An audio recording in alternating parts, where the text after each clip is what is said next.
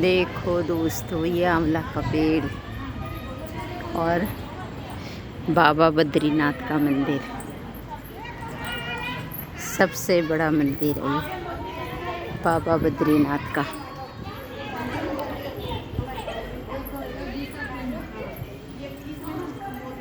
देखो ये फुलवारी रात के। अच्छा, ये पौधा देख रहे हो, ये कृष्ण जी को बहुत प्यारा है ये पौधा। अच्छा। मोती। अच्छा। हाँ, इससे कृष्ण जी को इसी की माला प्यारी है। अच्छा। हाँ, ये वो पौधा है।